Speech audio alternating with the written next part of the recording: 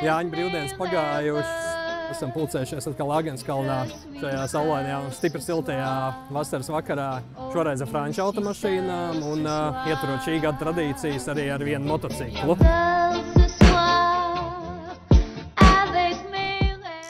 Šajā pasākumā ir interesanti, ka arī ir divas pirmskara automašīnas un arī viens pirmskara motocikls, kas ir arī ļoti unikāls eksemplārs, ne tikai Latvijas mērogā, bet arī visas pasaules.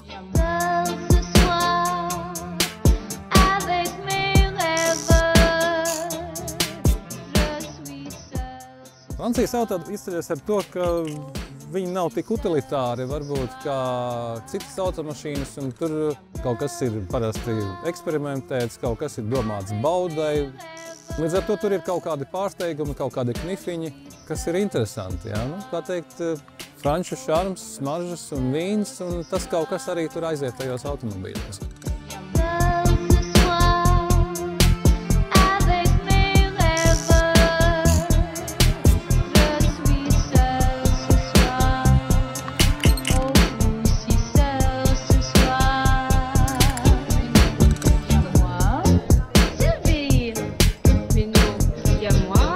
Sākumā, tad, kad es pētīju vispār Francijas motociklu klasiku, man viņš aizrāva ar izskatu.